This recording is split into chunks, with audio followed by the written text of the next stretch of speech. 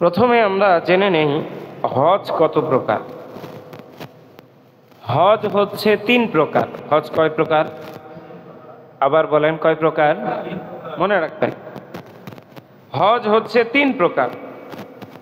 এর মধ্যে সর্বোত্তম যেই হজটা, সেটার নাম হচ্ছে হজ্জে কিরান। হজ্জে কিরান, কিরান, হজ্জে কিরান। তারপরে দ্বিতীয়তম যে হজটা, সেটার নাম হচ্ছে হজ্জে তামাত্তু, হজ্জে তামাত্তু। আর 3 নম্বর প্রকারের যে হজ, সেটা হচ্ছে হজ্জে ইফরাদ। 3টা প্রকার আমরা জানলাম। এবার এই 3টা প্রকারের পরিচয়।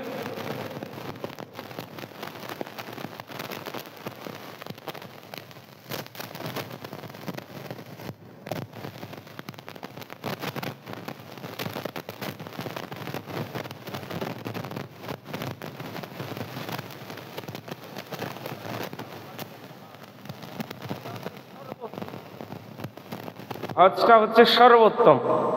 তো এই হজটা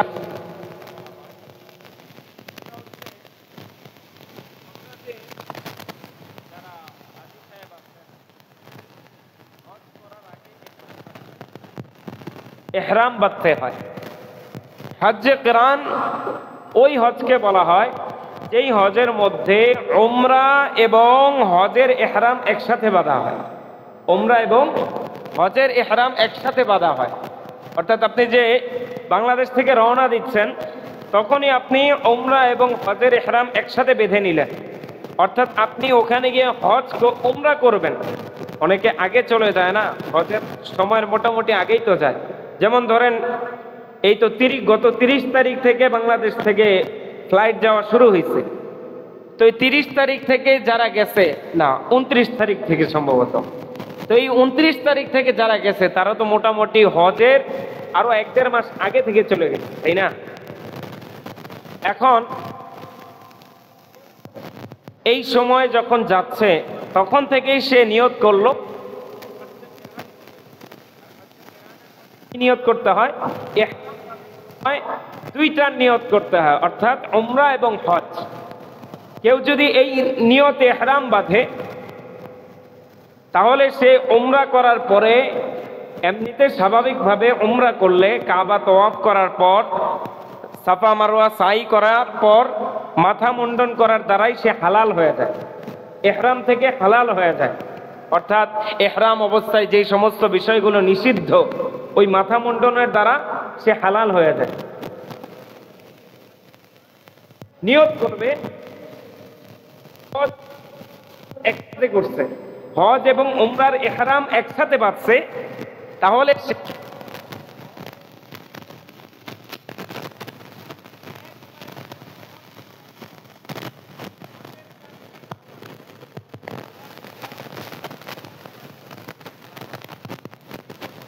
ইহরামের মধ্যেই থাকে।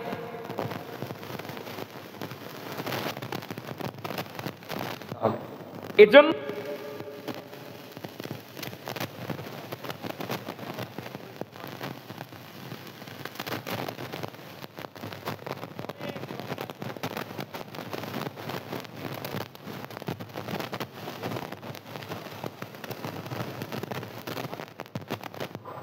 হজ্জে তামাত্তু দ্বিতীয় নম্বর যেই প্রকারটা বললাম, এটা হচ্ছে আমাদের বর্তমানে বেশি প্রচলিত।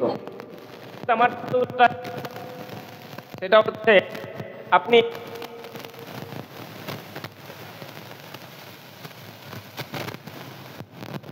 ইহরাম বেঁধে আপনি যাবেন, হজের ইহরাম না, আপনি উমরার ইহরাম বেঁধে সৌদির উদ্দেশ্যে যাবেন, কাবা ঘরের উদ্দেশ্যে যাবেন। তারপর আপনি হালাল হয়ে যাবেন, তখন আপনি আবার সেটা হচ্ছে হজের ইহরাম। নম্বর প্রকার, সবচেয়ে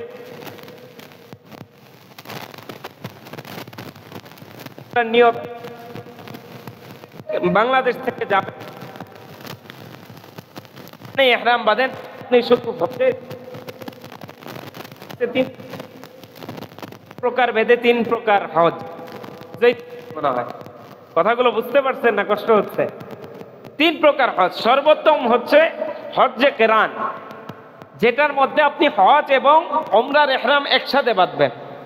আর 2 নম্বর হচ্ছে হজ্জে তামাত্তু, যেটার মধ্যে আপনি প্রথমে উমরার ইহরাম বাঁধবেন, উমরা করে হালাল হয়ে যাবেন, তারপর আবার হজের সময় যখন ঘনিয়ে আসবে তখন আবার হজের জন্য ইহরাম বাঁধবেন। আর 3 নম্বর হচ্ছে কোনো উমরার ইহরাম না, শুধু হজের ইহরামই আপনি বাঁধবেন। বুঝাইতে পারছি কথাগুলো? এই হচ্ছে 3 প্রকার হজ। তা আমি আগেই বললাম, যেহেতু আমাদের সমাজের মধ্যে হজ্জে তামাত্তুটা বেশি চলে, তা আমি সেই ব্যাপারে আপনাদের সামনে বিবরণ দিচ্ছি। হজের বিবরণ। হজটা শুরু হয় মিনার ময়দান থেকে, হজের কার্যক্রম শুরু হয়। এখানে যারা হজ করেছেন আমার থেকে ভালো জানবেন, আমরা তো বইয়ের মধ্যে পড়ালেখা করে বলতেছি, কিন্তু যারা হাজী সাহেব, হজের সৌভাগ্য যাদের আল্লাহ তাআলা দিয়েছেন, তারা তো সরাসরি প্র্যাকটিক্যালি সেগুলো করে আপনারা জানেন, আর আমরা তো বইয়ে পড়েছি। দোয়া করবেন যারা হাজী সাহেব আছেন এখানে, আপনাদের মতো যাতে আমাদেরকেও আল্লাহ তাআলা যতটুকু জানি এগুলো যাতে বাস্তবে পরিণত করার তৌফিক দান করেন। বলেন আমিন।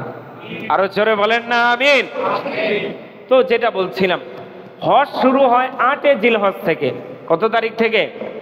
8 জিলহজ মাসে 8 তারিখ থেকে। জিলহজ মাসে 8 তারিখে মিনার ময়দানে অবস্থান করতে হয়। মিনার ময়দানে অবস্থান করতে হয়। মিনার ময়দানে জিলহজ মাসের ওখানে জোহর, আসর, মাগরিব, এশা এবং পরের দিন ফজর, অর্থাৎ 9 জিলহজের ফজর পর্যন্ত মিনার ময়দানে উপস্থিত থাকতে হয়। আল্লাহ রাসূল সাল্লাল্লাহু আলাইহি ওয়াসাল্লাম উপস্থিত থেকেছেন। তারপর 9 জিলহজ ফজর নামাজ পড়ে সূর্যোদয়ের পরে আরাফার ময়দানের উদ্দেশ্যে রওনা হয়। আরাফার ময়দানের উদ্দেশ্যে রওনা হয়। আরাফার ময়দানে সেখানে রওনা হয়ে সেখানে গিয়ে অবস্থান করতে হয়। এটা হচ্ছে হজের ফরজ। আরাফার ময়দানে কোনো ব্যক্তি যদি অবস্থান না করে, ওই ব্যক্তির হজ হবে না। কোনো ব্যক্তি যদি অবস্থান না করে, ওই ব্যক্তির হজ হবে না। হজের দ্বিতীয় নম্বর হচ্ছে আরাফার ময়দানে অবস্থান করা। আর 3 নম্বর হচ্ছে সর্বশেষ তওয়াফে জিয়ারা বলে, তওয়াফে জিয়ারা বলে, ওইটা করাও ফরজ। ওই এগুলো না করলে হজ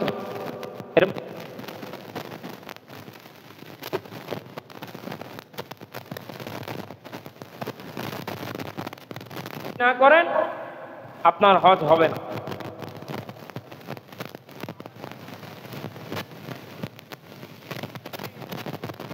এবং আসরের নামাজটা বড় জামাতের মধ্যে সাথে পড়া হয়, মানে নামাজ পড়া হয় পাশাপাশি সময়। তো এখানে হচ্ছে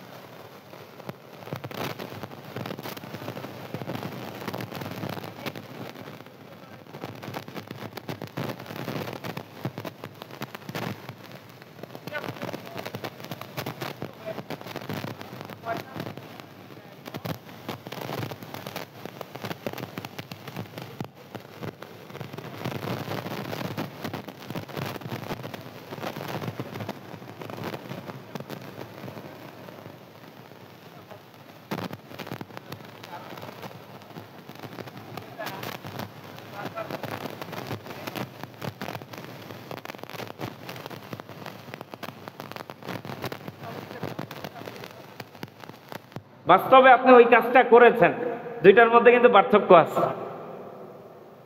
আমি যেটা বলতেছি আমার জ্ঞান থেকে আমি বলতেছি, বাস্তবে দেখি নাই। এই জন্য আমার নিজের কাছে বলতে গেলেও অনেক সময় ইতস্তত লাগছে, কারণ আমি দেখি নাই। তো আরাফার ময়দান থেকে সূর্যাস্তের পর তখন পড়বে না। সূর্যাস্ত হয়ে গেলেও তখন মাগরিব পড়বে না। সূর্যাস্তের পর সকলে আস্তে আস্তে মুজদালিফার দিকে চলে আসবে। এশার ওয়াক্ত যখন চলে আসবে তখন ওখানে এশার ওয়াক্তে মাগরিব এবং এশার জামাত মুজদালিফায় একসাথে হয়। মাগরিব এবং এশার জামাত মুজদালিফায় একসাথে হয়, দুই একামতে একসাথে হয়। প্রথমে মাগরিবের জন্য একামত দিয়ে মাগরিব নামাজ আদায় করা হয়, তারপর আবার এশার নামাজের জন্য একামত দিয়ে এশার নামাজ সেখানে আদায় করা হয়। তো এইভাবে করে মুজদালিফায় অবস্থান করাটা ওয়াজিব। আর মুজদালিফায় অবস্থান করাটা কোন সময়টা ওয়াজিব?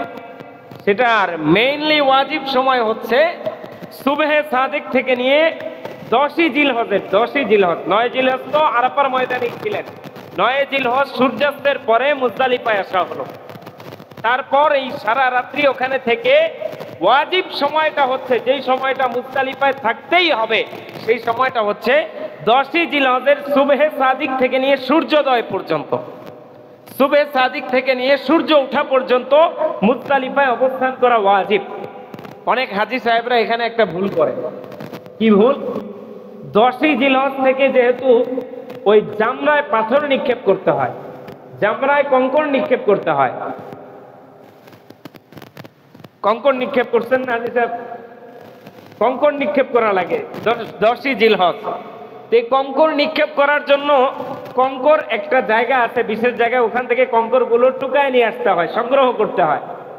মুজদালিফার একটা জায়গা আছে, ওখান থেকে কঙ্কর সংগ্রহ করতে হয়। এখন অনেকে কি করে, মুজদালিফায় ওই যে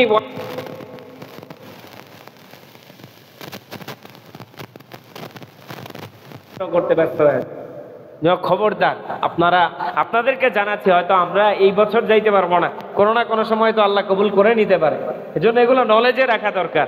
প্রত্যেক বছর যদি এগুলো নিয়ে একটু মুজাকারা হয়, একটু আলোচনা হয়, আমাদের জেহেনের মধ্যে থাকলো, পরবর্তীতে যখন এগুলো বাস্তবে আমার সামনে আসবে আমার জন্য করা সহজ হবে। কিন্তু আমি যদি এই বেসিক জ্ঞানগুলো আমার যদি নাই থাকে, তখন আমি যদি মুআল্লিম কোনোটা বলে না দেয় তাইলে আমি আওলায় যাব। কারণ যিনি মুআল্লিম থাকেন তিনি তো একজনের দায়িত্ব নিয়ে বসে থাকেন না। হজের যিনি মুআল্লিম থাকেন একজনের দায়িত্ব নিয়ে তো বসে থাকেন না, বিশাল বড় একটা কাফেলা তাকে সামলাইতে হয়। দেখা যায় অনেক সময় অনেক কিছুই তিনি হয়তো বা আপনাকে বলে দিবেন না, কিন্তু আপনার আগে থেকে যদি এই জ্ঞানগুলো থাকে আপনার দ্বারা ভুল হবে না। তো মুজদালিফায় অবস্থান করার ওয়াজিব সময়টা কোনটা? 10ই জিলহজ সুবহে সাদিক থেকে নিয়ে সূর্যোদয় পর্যন্ত। তারপর যখন সূর্য উঠে যাবে, সূর্য উঠার পর আপনারা আস্তে আস্তে সকলেই মিনা ময়দানে চলে আসবে। মিনা ময়দানে এসে জামরায়ে আকাবা বলা হয়, জামরায়ে আকাবা, অন্য আরেক ভাষায় বলা হয় জামরাতুল কুবরা, আর আমাদের বাংলা ভাষায় যেটা বলা হয় বড় শয়তান। কি বলে? বড় শয়তান। তো কি করে? ওই জামরায়ে আকাবায় গিয়ে 7টা কঙ্কর নিক্ষেপ করতে হয়।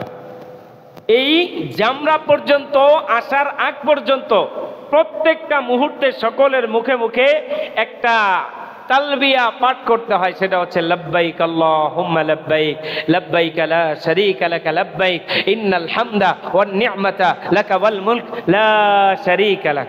এটা পাঠ করা লাগে প্রত্যেকটা সময়, প্রত্যেকটা মুহূর্তে। যখনই ওই জামরায়ে আকাবার প্রথম পাথরটা নিক্ষেপ করা হবে তখন থেকেই তালবিয়া পাঠ বন্ধ, তখন থেকেই তালবিয়া আর পাঠ করা লাগবে না, তালবিয়া পাঠ বন্ধ। তারপর এই জামরায়ে আকাবার মধ্যে কঙ্কর নিক্ষেপ করে তারপর যাওয়া লাগে কুরবানি দিতে। কুরবানি দিতে যারা হজ্জে তামাত্তু করে, আমি হজ্জে তামাত্তুর কথাই বলতেছি, কুরবানি দেওয়া লাগে, মাথা হলক করা লাগে। মাথা হলক করে তারপরের যেই কাজ, হজের সর্বশেষ ফরজ যেই কাজ, সেটা হচ্ছে তওয়াফুজ জিয়ারত। 10ই জিলহজ গিয়ে তওয়াফ করা। এই তওয়াফ করাটা হাজী সাহেবদের উপর ফরজ। কেউ যদি এই তওয়াফটা না করে তার হজ হবে না। তো তারপর 10ই জিলহজের কার্যক্রম এভাবেই শেষ। তওয়াফুজ জিয়ারত করার দ্বারা ওই ব্যক্তি হালাল হয়ে যায়। এই যে ইহরামের মধ্যে ছিল, হজের ইহরামের মধ্যে ছিল, ইহরামের মধ্যে গেলে অনেক কিছুই নিষিদ্ধ থাকে, অনেক কিছুই নিষিদ্ধ থাকে, সে চাইলেও করতে পারে না। যেমন সেলাইযুক্ত জামা পরা যায় না, মাথা উন্মুক্ত রাখতে হয় পুরুষদের ক্ষেত্রে, ইহরামের আরো কিছু নিষিদ্ধ বিষয় আছে। চাইলেই আপনি কারোর সাথে ঝগড়া ফাসাদ করতে পারবেন না, গালিগালাজ করতে পারবেন না, কোনো কিছু জবেহ করতে পারবেন না মন চাইলে। কিন্তু আপনি এই 10ই জিলহজের যে কার্যক্রমগুলো আছে এগুলো করার দ্বারা আপনি হালাল হয়ে যাবেন, ওই দিন থেকে হালাল হয়ে যাবেন। তারপর মিনার ময়দানে অবস্থান করবেন। 11 জিলহজের কাজ হচ্ছে 10ই জিলহজ আপনি একটা জামরার মধ্যে পাথর নিক্ষেপ করেছেন। 11 জিলহজের কাজ হচ্ছে 3টা জামরার মধ্যেই পাথর নিক্ষেপ করতে হবে। বাংলা ভাষায় যেটা বলে যে 3টা শয়তানের মধ্যেই পাথর নিক্ষেপ করা লাগবে। এখন ভাই শয়তান কি ওই জায়গায় দাঁড়ায় আছে? এটা আরবি ভাষায় যেটা বলা হয় জামরা, আমরা এটা মনে রাখবো। এটা আদৌ কি এটা শয়তান কিনা সেটা তো আমরা জানি না, সেটা আল্লাহ ভালো জানেন। কি বলেন, কথা ঠিক কিনা? অনেকে মানে আমি বিভিন্ন ভিডিও দেখছি আর কি এরকম, যে মানে এটাকে শয়তান মনে করে মাশাআল্লাহ এই জোরে যে পাথর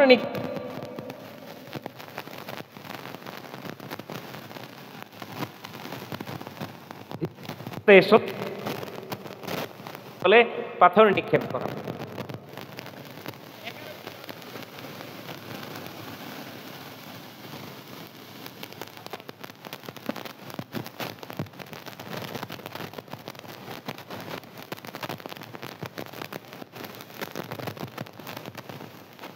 এগারো জিলহজ 3টা পাথরে আমরা 7টা করে 3 সাতা কত 21টা পাথর নিক্ষেপ করা লাগবে।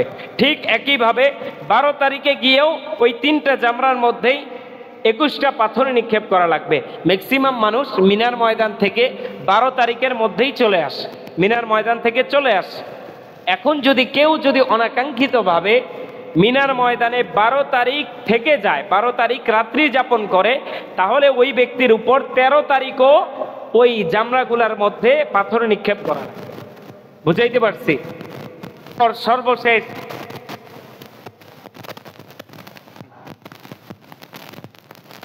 তাদের জন্য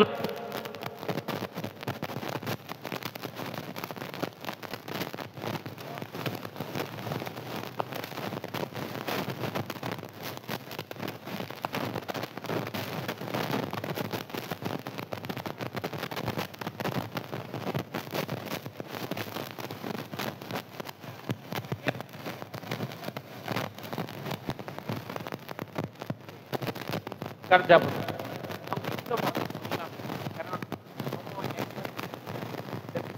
আলোচনা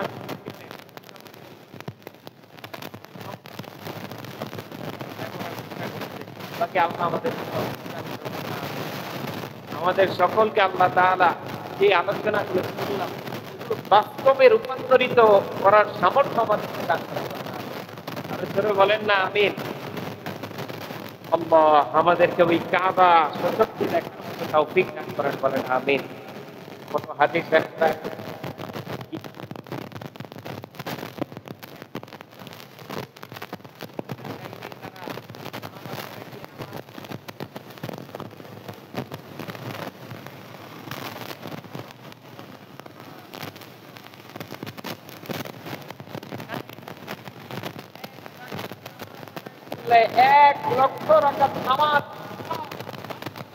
আমাদের আমল নামায় দিয়ে দেন, বলেন না সুবহানাল্লাহ।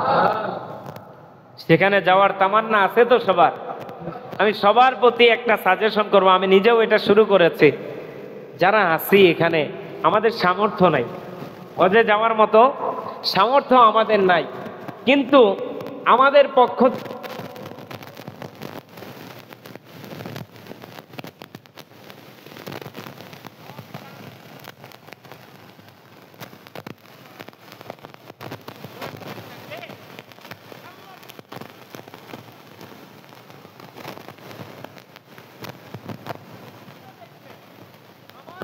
কি আমার দিকে আসতে চায়, কতটুকু আসতে চায়? যতটুকু আসতে চায় আল্লাহ আপনাকে তার চাইতে বেশি সহযোগিতা করবে। একটু অনুরোধ করব, আপনাদের প্রত্যেকের বাসায় আজ থেকে একটা ব্যাংক করে রাখেন, একটা ব্যাংক কিনে রাখেন।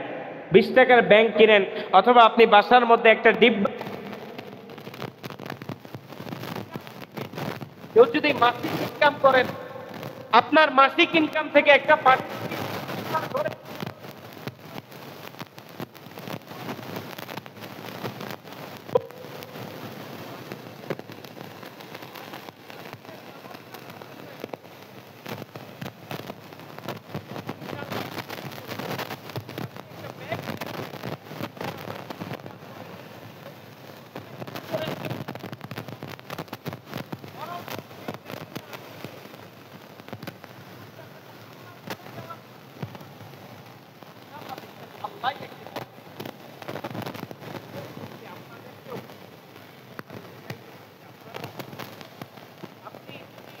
কোন চেষ্টা ছাড়া আল্লাহর উপর হাওয়ালা করে দেন, আমার টাকা নাই, আমি কি আর হজে যেতে পারবো?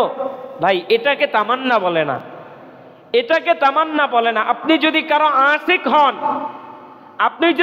আশিক হন, তাকে পাওয়ার সামর্থ্য যদি আপনার না থাকে, আপনি তো এটা বলবেন না যে তারে পাওয়ার সামর্থ্য আমার নাই, আমি কি তারে পাবো, এটা বলবেন? নাকি আপনার সর্বোচ্চটা দিয়ে আপনি চেষ্টা করবেন? কি বলেন? সর্বোচ্চটা দিয়ে চেষ্টা করবেন।